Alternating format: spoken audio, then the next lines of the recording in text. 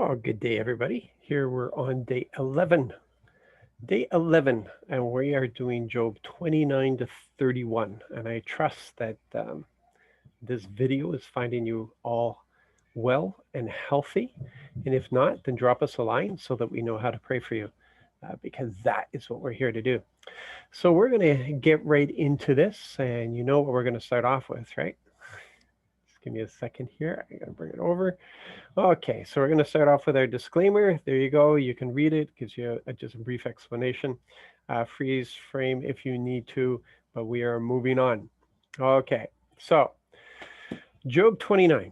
Job 29, looking at verse 2 to 3. Now, we all know that one of the best ways to combat a loss of faith, loss of trust, a loss of understanding in the circumstances that we're in is to reflect on what God has done for us in the past. That's what we do. We look back and we think, yeah, he saved me from that situation. He did this for me in this situation. He's the same today as he was then. He's always the same. He loves me the same. His love never for me never changes no matter what. So like, yeah, he's in the middle of this for me. And we draw encouragement from that. And it would be nice to think that this was what Job was doing in this moment. But if we look at this, we find him saying, oh, that life was like it used to be, like days when God watched over me, when his lamp shone on my head. I walked by his light in the dark. And he goes on. It's a bit of a passage here. He talks about all the things of his past, of all the great things. Um, but that one line tells you where he is, like days when God watched over me, as in God is not watching over me now, as in he has abandoned me. So Job isn't looking to his past and believing that for today and for the future. He's looking to his past to say, well, that's been and done and over with. Bought the t-shirt, voila. The best days are behind me, and that's not the life we live. And this is a result of Job not having the experience, of not having gone through things like this, of not having to face things like this, of not um, like he's gaining a lot of perspective here. He's about to, as God turns around and rescues him from this thing, he's going to gain a lot of perspective and understanding. But in this moment, he's not doing what we should be doing, what we do, which is looking back and remember God's faithfulness. Because as we remember His faithfulness, we remember He'll be faithful for us, to us today, because He's always the same, and you're still here. So I'm assuming that the things of your past have not overwhelmed you. And if they haven't overwhelmed you, it's because he was there with you. So if we go on to chapter 30, see how we whiz right through that? If we go to chapter 30, um, we really should understand from this that we always have to be aware of what we're going through.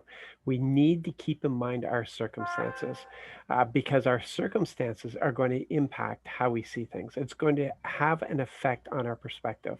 If we're looking to these things, these miserable things, if we're not keeping our eyes on things above, if we're not looking to the good things, if we're not recognizing that all good gifts are from above, if that's not our perspective, then the circumstances of our days, of our situations, they are going to then have a major impact on how we see things.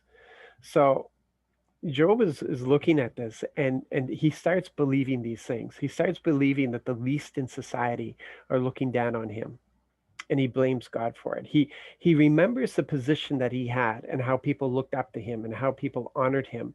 And now he has this paranoia almost of people, the lowest in the society, looking down at him and mocking him. In verse 11, it says, because he's blaming God here, obviously, because he loosened my bowstring. So he took my strength away from me and afflicted me. They threw off restraint in my presence. It's like I've lost power now. And because I've lost power, nobody fears me. Nobody thinks that they owe me any respect. And this is all because of God. So you can see where Job was at the beginning and how he is being tormented and what he's going to. Like he needs to be rescued. He definitely has to be rescued because he's about to bottom out. Is just terrible where he is going mentally with this as well as spiritually. So the verse 18 and 19, um, this may bring some things to mind. You know, you've had probably all kinds of different conversations with all kinds of different Christians, and there's probably some that you've walked away very frustrated when people claim that something is from God, and you know, because you know God, you know who He is, you know what He has said about Himself, you know what you've experienced with Him, you know that He's always good, He's always good all the time, He's good. That's just Scripture.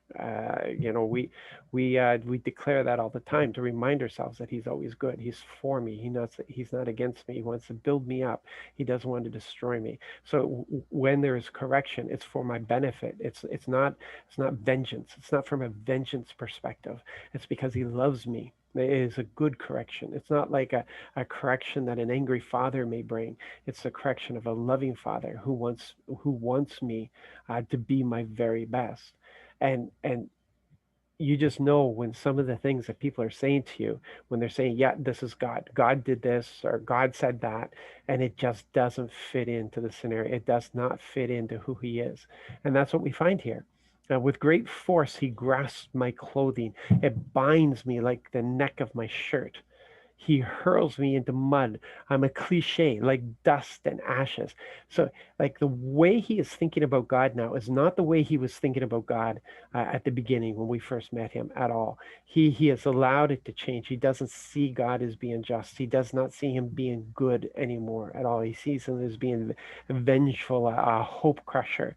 Um, and that's a bad place to be because what we think about God is the most important thing in our life because it's going to dictate everything. It's going to be how we see situations, how we see Him, what we expect of Him.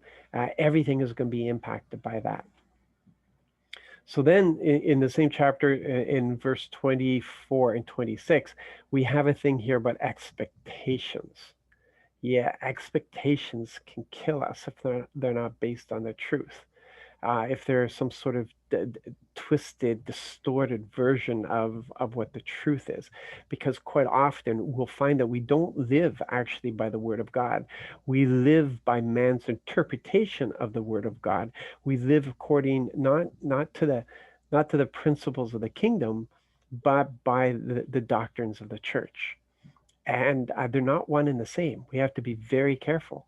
It's not one and the same, and we need to be able to discern what comes from tradition that has nothing to do with God, and what is from God. You know, what is from Him, and we only know that by spending time in the Spirit, by spending time with Him, by spending time in the Word, in worship and in fellowship with Him. If we rely on somebody else to feed us, we rely on somebody else to tell us what is right and wrong, and we have no fellowship with God, we're in for a lot of trouble. But look at what his expectations were here.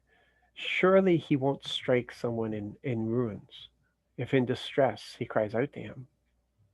If I didn't weep for those who have a difficult day, or my soul grieve for the needy, for I awaited good, but evil came. I expected light, but gloom arrived. Job had this expectation because he did good, that he would get good from God. And sometimes we talk about this, right? That what you give is you'll get back.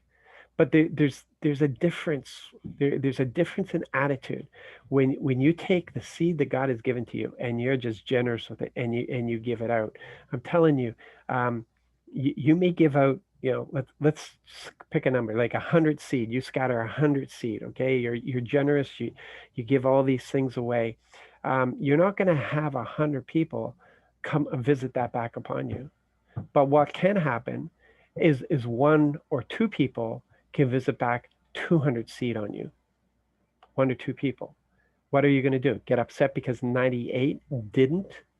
So this is what we're talking. There is a principle of the sowing and the reaping. There's no doubt about that. Jesus teaches us about that. But at the same time, we we can't have such an expectation that we think that we're not going to get hurt in our generosity, that we don't think we're going to get spat on in our generosity, because that's going to happen, because we are in a fallen humanity. If everything was perfect the way that God had created it, then yeah, like there would be a celebration over every generous act. But there are some times where you do something good, and good is not going to come back on you, and it's okay, because you do so much good that the good that you get back will encourage you, so that whatever came back on you, you just put it under your feet, nothing doing. But if you seed one seed, and you're expecting, and you get bad back, that's why he needs us to be generous. He needs us to be generous givers. That's why he awarded the servant who invested the 5 talents, and the servant who invested 3 talents. The one servant that had 1 talent, he sat on it, because he was afraid that something would happen to it. But the one who invested 5, that's not saying that one of those talents didn't get lost in the investment, but the others had such a return on it, that it was huge, like it doubled, 10 talents back. Or you guys, I'm not great with numbers, so whatever the numbers are, okay, that's just the principle of it. So we can't let it be doom and gloom. When there are days that are difficult and our generosity isn't seeing any fruit, because there's other things there's a huge harvest coming from those things, and it's going to more than make up for those other things that didn't grow, because every person is a free agent. Every person has to make their own decisions, how they're going to receive that seed, what they're going to do with that seed, what we give out. Some people are just going to ruin, and other people are going to use in a tremendous way. So we have to be careful that we're not doing it to gain. We're doing it because he told us to. He told us to, but we're not surprised when we get back, because we understand the principle. But we can't have these kind of expectations that every little thing that I plant is going to have tremendous fruit to it. But overall, the fruit is going to be abundant. It's going to be in great abundance overall. It's like when they're talking about investments in stock market. I know nothing about that stuff. I'm not involved with that stuff, but I hear them talking, and they say, like, these investments are for the long haul. You don't invest, and when things are going bad, pull out. No, because over the long haul, you're going to see gain. There are going to be times where it's going to decline, but there are other times there's going to be great gains on it. And don't pull out. Just stick with it. This is long term. Don't think of the next year. Think of the next 10 years or 20 years. So it's this kind of idea. And Job isn't there. He has this expectation that he'll get good for every good that he gives out, because he believes that there's nothing other than this life. That's his theology. We keep bringing this up. There's nothing other than this life. That if he doesn't receive his reward here, it has been a wasted life. That's where he is with that. So overall, here in chapter 30, what we're finding is we there's more theology revealed, more theology, especially about the moral compass. It's really outstanding. It's just tremendous when you stop and think that they have an understanding of good and evil. They have an understanding of what the Creator considers to be wickedness. Eh, there is nowhere recorded that anybody has received any law whatsoever, but what they do have is the knowledge of good and evil. That's what they do have. So they don't have the power to do anything about this. They don't have the power to live a perfect life of good. But what they do have, they have, at least at this point, because the consciousness haven't been seared terribly at this point, they do have this understanding. It has not been overridden yet. They do have an understanding. They're born with the understanding of what is good, what the Creator considers to be good, and what the Creator considers to be evil. And he lists them. And he look what he has here. Look at what's any of this familiar to us? Lust is considered a wicked thing. Adultery is considered a wicked thing.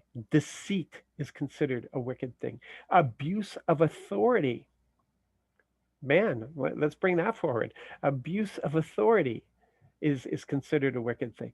Neglecting the needs of others. Hello, neglecting the needs of others. You need to hold on to that one little thing there because you're going to see it all the way through the scriptures as we go through. And I'm going to bring it up every time we see it. So neglecting the needs of others. So the actions, Job lists some things here. So the actions Job speaks about is actually countering Bildad's accusation of him that the reason he was going through the things he was because he was an abuser of people, because he didn't care for people. He never looked after people. But Job lists everything here, how this was such an important thing to him. And he's saying what he is, he's innocent in all these things. That's what Job is saying. Idolatry, the worshiping of other gods or money, wealth, or it's amazing how they had an understanding of what idolatry was. Failing to love his enemy. Whoa. Underline that one. I mean, who taught us about that? Failing to love his enemy. Job had an awareness of the Creator's heart on this, not confessing sin, trying to hide things, not being honest. It's part of that deceit. But this is with God, not being honest with Him and saying, "Yeah, I messed up." Um, Look at this one: abuse of the land. Man, that really ties back into the garden and the command that God gave, that we were to care for.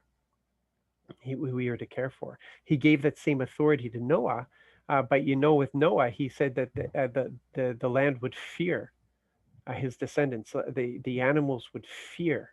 There would be a fear. So there wouldn't be the care that Adam and Eve would have had. But it's more a lording over. But here,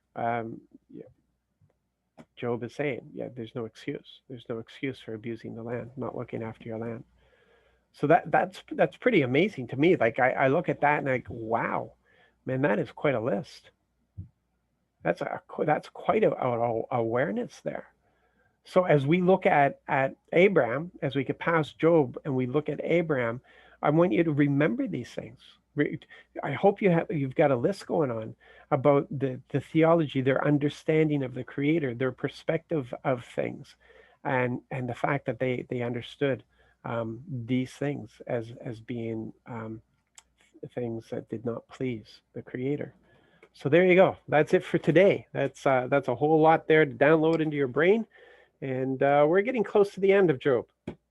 So I'm hoping that you're not finding it too much of a downer, that you're actually learning a lot from this, and it is opening your eyes to maybe some of the attitudes that we, even all these thousands of years later, still hold on to because of fallen humanity.